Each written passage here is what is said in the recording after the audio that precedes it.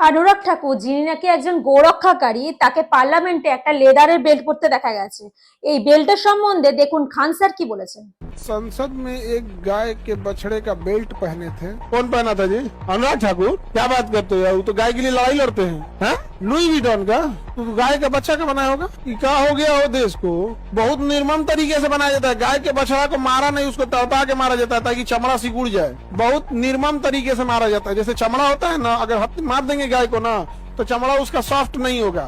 Soft करने के लिए उसको भूख से मारा जाता है। भूखे भूखे करके मारिएगा ना, उसका चमड़ा चमड़ा गल जाएगा जानवर का, एकदम अजीब अजीब। तो उसका चमड़ा क्या आएगा? सॉफ्ट आएगा। और जितने बड़े बड़े कंपनी है सब ना, ये काफ का बनाते हैं, सब बच्चा का तड़पा के मार के उसको फिर उसको बढ़िया से। तो ये कौन पहना था? अनुराग ठाकुर नहीं पहने होंगे जी।